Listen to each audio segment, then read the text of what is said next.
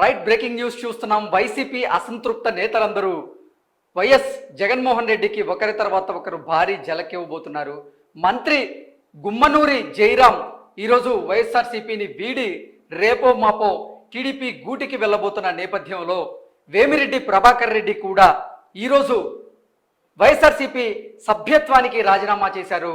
ఆయన భవిష్యత్ కార్యాచరణని త్వరలోనే ప్రకటిస్తానంటూ కూడా ఆయన చెప్పిన నేపథ్యంలో అసలు వైసీపీ అసంతృప్త నేతలందరూ ఇప్పుడు టీడీపీకి వెళ్ళడానికి కారణం ఏంటి అనే అంశానికి సంబంధించి మనతో మాట్లాడేందుకు ప్రముఖ సీనియర్ జర్నలిస్ట్ శ్రవణ్ కుమార్ గారు మనతో మాట్లాడేందుకు సిద్ధంగా ఉన్నారు. శ్రవణ్ గారు నమస్తే అండి. నమస్తే అండి. శ్రవణ్ గారు, వైసీపీకి సంబంధించినటువంటి అసంతృప్త నేతలందరూ కూడా ఒకరి తరువాత ఒకరు పార్టీని వీడి జగన్మోహన్ రెడ్డికి భారీ జలకిస్తున్నారు. మంత్రి గుమ్మనూరి జయరాం వైఎస్ఆర్సీపీకి రాజీనామా చేసి టీడీపీకి వెళ్ళబోతున్నాను అంటూ కూడా ఈరోజు చెప్పిన నేపథ్యంలో, అలాగే వేమిరెడ్డి ప్రభాకర్ రెడ్డి కూడా వైఎస్ఆర్సీపీ సభ్యత్వానికి ఆయన రాజీనామా చేశారు, వైఎస్ఆర్సీపీకి రాజీనామా చేశారు. త్వరలోనే ఆయన భవిష్యత్ కార్యాచరణ ఏంటనేది ప్రకటిస్తానన్నారు. ఏంటి సార్ ఈ పరిణామాలను ఎలా చూడొచ్చు? ఎన్నికల నేపథ్యంలో పార్టీలు మారడం సహజమైనప్పటికీ అధికార పార్టీ నుంచి వెళ్ళడం అనేది కొంచెం చర్చనీయాంశం అవుతుంది.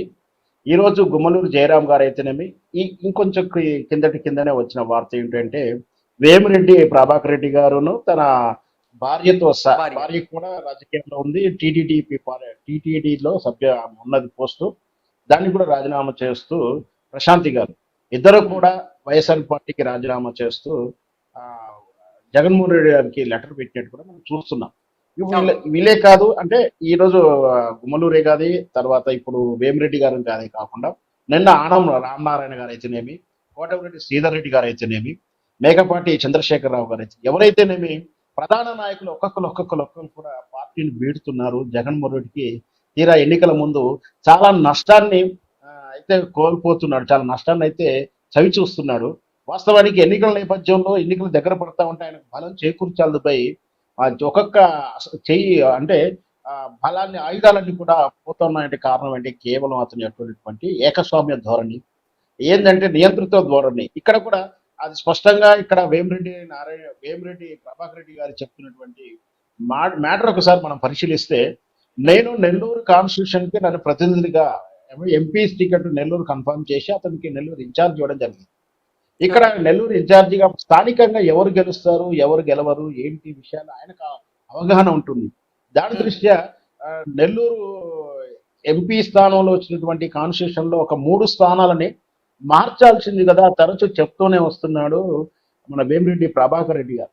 అయితే అది ముఖ్యంగా ఇక్కడ నెల్లూరు సిటీలో అనిల్ యాదవ్ని మార్చేసి ఖలీల్ గారికి ఇవ్వాలని సూచిస్తూ, ఇంకొక టికెట్ తన భార్యకు కూడా కేటాయించాలని కోరుకుంటూ ఇట్లా సూచనలు చేస్తున్నా కూడా దానికి తగినటువంటి వివరణ ఏమియకుండా పెడచెవున పెట్టడం అనేది అత్యంత మనసుకు బాధకు గురి అయింది. ఎందుకంటే దానికి ఇది కారణం చేత కన్విన్స్ చేయొచ్చు పార్టీ కూడా, ఎందుకంటే జగన్మోహన్ రెడ్డి గారు అయినా పార్టీ అధ్యక్షుడు అయినప్పటికీ ఏ విధంగా తాను ఇతరులను ఎందుకు మార్చలేని కన్విన్స్ చేయకుండా, కనీసం సంజయ్ చెప్పకుండా తనని లెక్క చేయకుండా నెల్లూరునే ఈయన నామమాత్రము ఎంపీగానే ఉంచేసి నామమాత్ర అధ్యక్షునిగా ఉంచేసి నిర్ణయాలను తానే తీసుకుంటున్నప్పుడు రేపు ఓటమికి కారణం నేనవుతాను, ఇది కాదు గెలవాల్సినటువంటి విషయాన్ని వదిలేసి వీళ్ళు ఏకస్వామ్యంగా పోతున్నారు, ప్రజల వేవునికి దూరంగా వెళ్తున్నారు, ప్రజాస్వామ్య నిర్ణయాలు ప్రజలకు దూరంగా వెళ్తున్న నిర్ణయాలు. కాబట్టి ఖచ్చితంగా దీని రిఫ్లెక్ట్ కనిపిస్తుంది.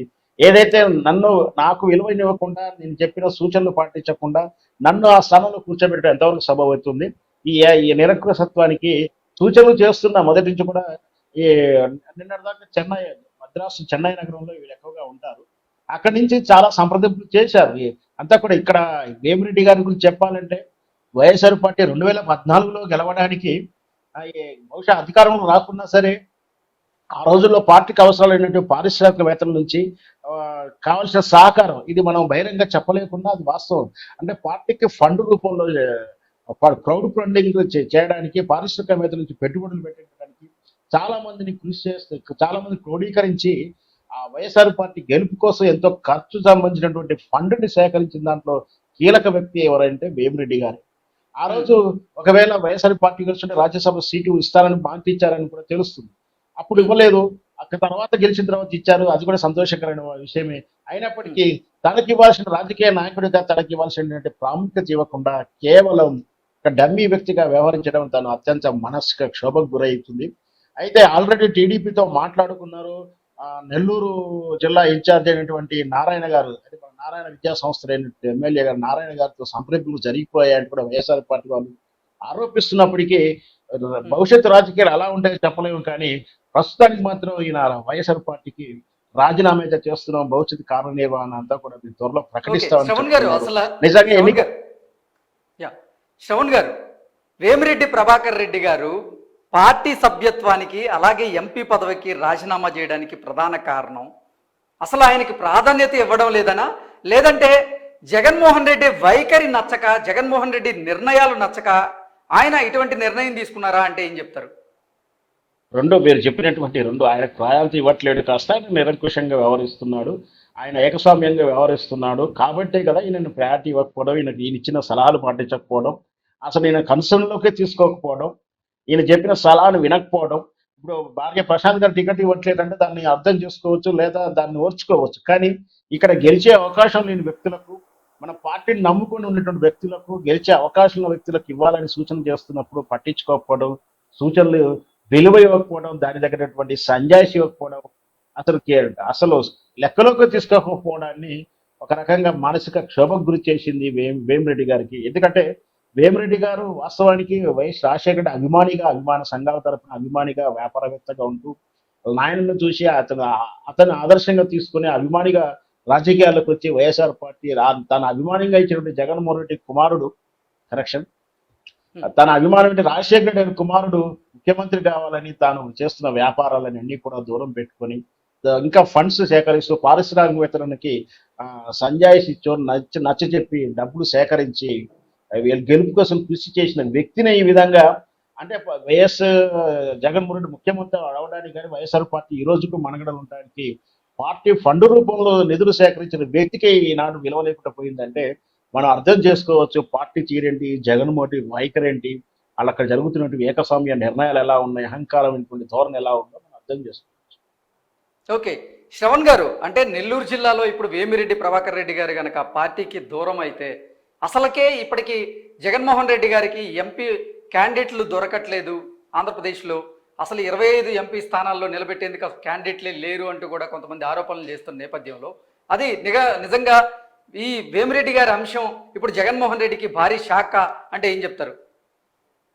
షాకే కాదు, తలనొప్పి కూడా. వాస్తవానికి అప్పుడే ఇతను నిన్న నుంచే బుద్ధగిస్తున్నారు, అది వాస్తవానికి నిన్ననే తెలిసిపోయింది జగన్మోహన్ రెడ్డి వారికి పార్టీ వీడే అవకాశాలు ఉన్నాయంటూ కూడా. వాళ్ళు బహుశా మనకు ఇంటెలిజెన్స్ వ్యవస్థ కూడా హెల్ప్ అవుతుంది కాబట్టి ఆయన ముందే సమాచారం ఉండి బుజ్జగిస్తున్నప్పటికీ ఈరోజు మధ్యాహ్నానికి అతను లెటర్ బయట పెట్టాడంటే అర్థం చేసుకోవచ్చు ఇతను రాజీ పడతలేడు, ఖచ్చితంగా పార్టీ వెళ్ళడానికి సిద్ధమయ్యాడని చెప్పొచ్చు. సిద్ధమే కాదు, పార్టీ గుడ్ బై చెప్పిండని కూడా చెప్పొచ్చు. దీంతో నెల్లూరు జిల్లా ఒకటే కాదు, వాస్తవానికి చాలా చాలా ఎంపీ స్థానాల్లో చాలా ఖాళీగా ఉంది. సరి అయినటువంటి పోటీ చేయడానికి గట్టి అభ్యర్థి దొరకట్లేని పరిస్థితులు. సో దీనివల్ల వైఎస్ఆర్ పార్టీకి చాలా మూల్యం చెల్లించుకోబోతుంది. అభ్యర్థులు దొరకనప్పుడు రేపు కష్టంగా ఉంటుంది ఎన్నికల్లో. ఒకటి, ఈ ప్రభావం కేవలం ఎంపీ స్థానాలకే కాదు, ఎమ్మెల్యే స్థానాలు, రేపు అసెంబ్లీ స్థానాలకు కూడా ఖచ్చితంగా ప్రభావం చూపిస్తుంది. జిల్లాలకి ఈ విధంగా ప్రధాన నాయకులు వలస వెళ్ళడం అనేది వైఎస్ఆర్ పార్టీకి అంత మంచి పరిణామం కాదు. అది ఎన్నికల ముందు ఇలా జరగడం నిజంగా కూడా కొంచెం తాను జగన్మోహన్ రెడ్డి వైఖరిలో మార్పు చేసుకోవాల్సిన ఎంతో ఉంది. ఆయన ఎవరు చెప్పినా మారడానికి కూడా మనందరికీ తెలుసు. ఓకే శ్రవణ్ గారు, అంటే అసంతృప్త నేతలందరూ కూడా పార్టీని వీడి బయటికి వెళ్తున్నారు, తర్వాత అసలు అధిష్టానం కూడా బుజ్జగించేటువంటి ప్రయత్నాలు చేస్తూ ఉంది, మళ్ళీ వాళ్ళు యూటర్న్ చేసుకొని పార్టీలోకి తిరిగి వస్తున్నారు కొంతమంది. ఈ నేపథ్యంలో వేమిరెడ్డి ప్రభాకర్ రెడ్డి గారు కూడా తిరిగి వచ్చే అవకాశం ఉందా అంటే ఏం చెప్తారు?